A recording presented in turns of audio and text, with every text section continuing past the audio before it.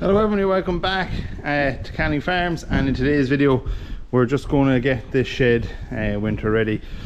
It is the 30th September now, so I want to bring in one of the groups. Like I said in the last video, grass is going a bit short, so I want to bring in about 30 or 40 cattle just to give the other group extend their grazing period. So you can see here where at the end of last winter I was bodging things together to keep cattle in rather than dealing with the problems, which is a very simple thing, which is we're missing a few varines here and there. So just going to weld in any ones. There's one here with a crack, like weld the likes of that, reinforce them, put new ones in here, and this thing here as well I have to weld in there as well. So I'll just weld that bar in a minute. But the other thing I have to do as well is, you can see here these drinkers are leaking and try to fill up that tank, so probably replace the balls and valves. And this pipe work has been cut and patched that many times that there's about 6 different connections on it, so I'll just run a fresh pipe along here. Down here then with this drinker, connect this back up, get it working as well. And then what I'm going to do is, I bought a little power washer in Lidl this week, just a small little one. So what I'm going to do here is bring a pipe over the wall, put a tap here that I can wash machinery and stuff here in the alleyway. It's only a small one, I've got a bigger one from around the house, and then my own big petrol one is getting fixed this week, so it'll be back next week, and we'll wash out the sheds that I need to disinfect for the TB. This shed here was done and nothing went into it since I went down with TB, so I'll just spray this with a bit of disinfectant before I put them in, and it'll be good. Just take a few photographs of it to show that it was clean and disinfected before I put stuff in, and we'll be ready.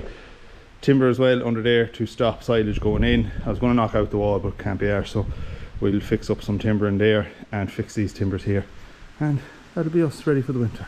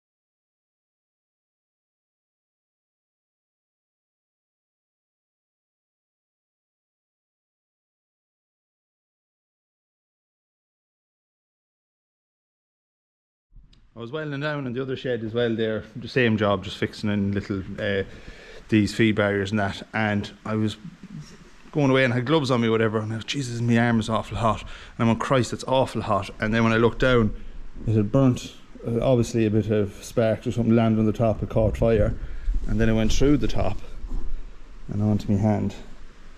So give me a nasty little, I'll have a few little nasty blisters tomorrow. But so I suppose a worthy mention here while I'm doing the welding is to a man that helped me out a good bit when I first started farming here, and that was Michael McNicholas. He lives over the road.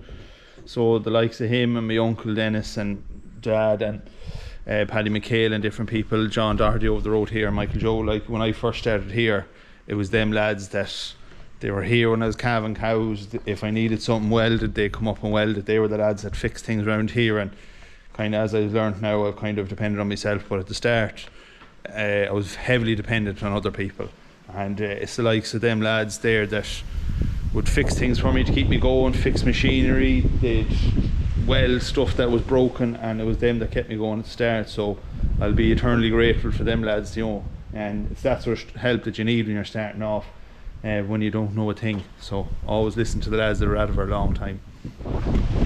So don't ask me how I know, but I think it's time to house the cattle. I don't know why though. Sure, conditions are great.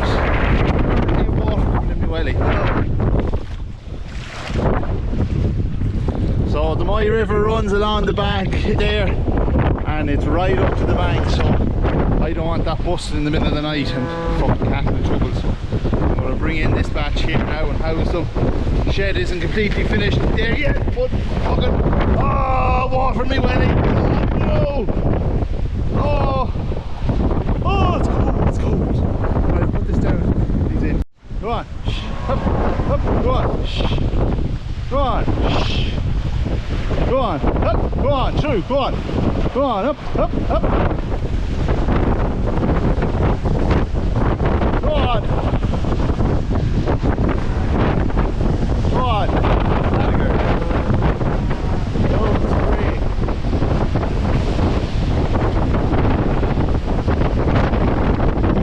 great. Okay, that's them all in. 3 bales, so that'll do them about 2 and a bit days. Probably too many heifers in the shed, but with the TV I thought I'd have 70 for the winter, but there's 95 here that can't go anywhere, so they're going to have to squeeze into the shed somewhere.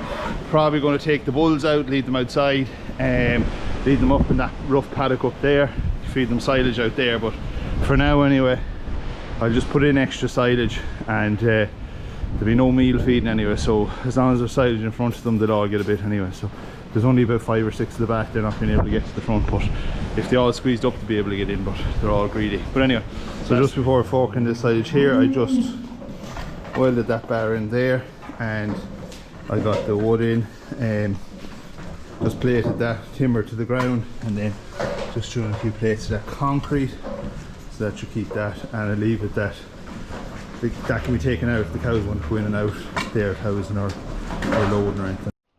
So I have this wheelie bin, and this year I'm just going to use it for any of these small bits of plastic that come off while I'm feeding. These first few bales here, I just threw them in as I was housing them. There was just 3 bales, so the ends there, them bits there. Last year on the bale feeder, when you cut the bale, you'll see in a few minutes with the wrap, there's a little bit left on, and when it comes out, basically just fish that out and throw it in the wheelie bin, because what was happening last year was I was pulling out and leaving on the edge of the passageway here, but it was getting blown in overnight into the pens or whatever, or cattle were pulling it in, and it was getting into the tank. So I just want to stop that because there's too much crap in the tank, and it's causing problems. Well, not problems, but it makes it harder agitating.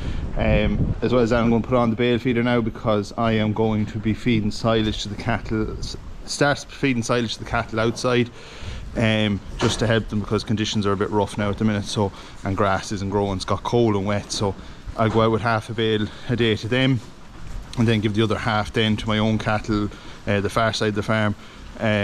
And yeah, it'll save me, give me an extra, like I was saying, we'll push out the grazing a bit more, but keep them sort of in condition.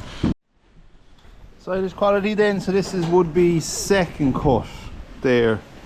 I don't know what August was or whatever, but I thought it'd be, I was afraid it was going to be very stringy and stuff, but no, it's actually good quality stuff, nice in a gold colour in reality, and smells nice and sweet.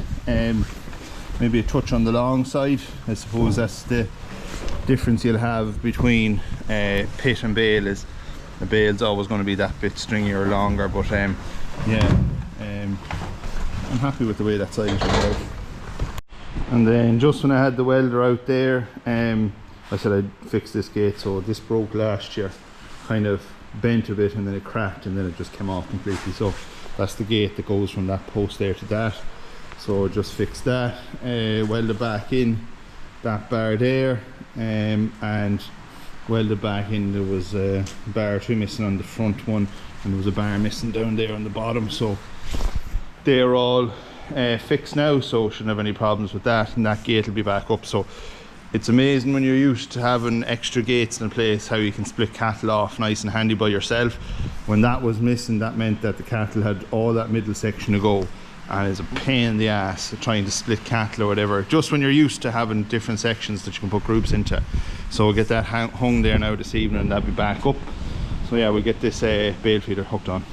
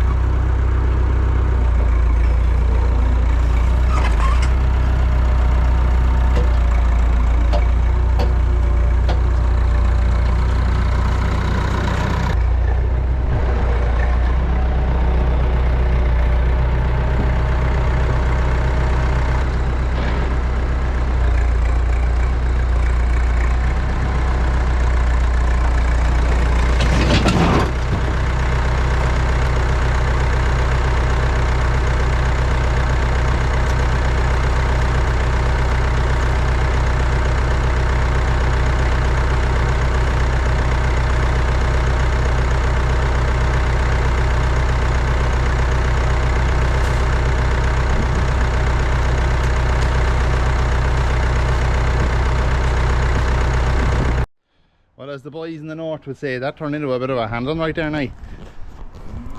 So these chains here are just all seized up. I should have checked them really before I put them on. I left the bale feeder out this winter, which I shouldn't have done, and they've just seized up, but they're flying it now. So I'll get this bale back on and we get feeding. Okay, that last bit just gets caught on the bottom, so we'll take that off, put in the weed bin. So this is the Giltrap G3, I think it is, bale feeder. Bought it a couple of years ago. If you have seen the channel, you know, you've seen that 100 times. So bought that off Giltrap directly. Bale feeders are a good idea. I think they are, obviously, for someone like me who is all bale silage. It's a must. Saves the back a load. Now my tractor's a hip crap and it's well able to take the weight of it and that sort of stuff. There's no weight really in it. Feeds the bale out pretty good, just as long as you get your speed right and things like that and your revs. I wouldn't go and buy one if I had mainly pit silage and I had only a few bales. It's not worth it. But if you're all bale silage, definitely get one. Hustler do one, but the Giltrap one is kind of better built, stainless steel base and things like that. So look, it's a good one. But yeah, that's them. So 2 bales in there now should do them for 2 days. So I'm just putting the plastic for the silage just in this old manure heap here, and I put pallets in front of it when it gets a bit taller. I had it over there in front of the sheds there, but when it got high it was blowing away and down the yard into slats. Like I said, I want to avoid that. So this year got rid of the plastic there in July, and it was 520 € to get it collected and taken away. I don't have any way of bringing it in when it's that much, so it's just as handy to get them to collect it here. I know it's a bit of an expense, but look, 500 quid saves a day of me travelling all the way to Balmart or wherever they're collecting it. So yeah, it's just handy to get them to come here and collect it. So all that gets recycled, and yeah, right job.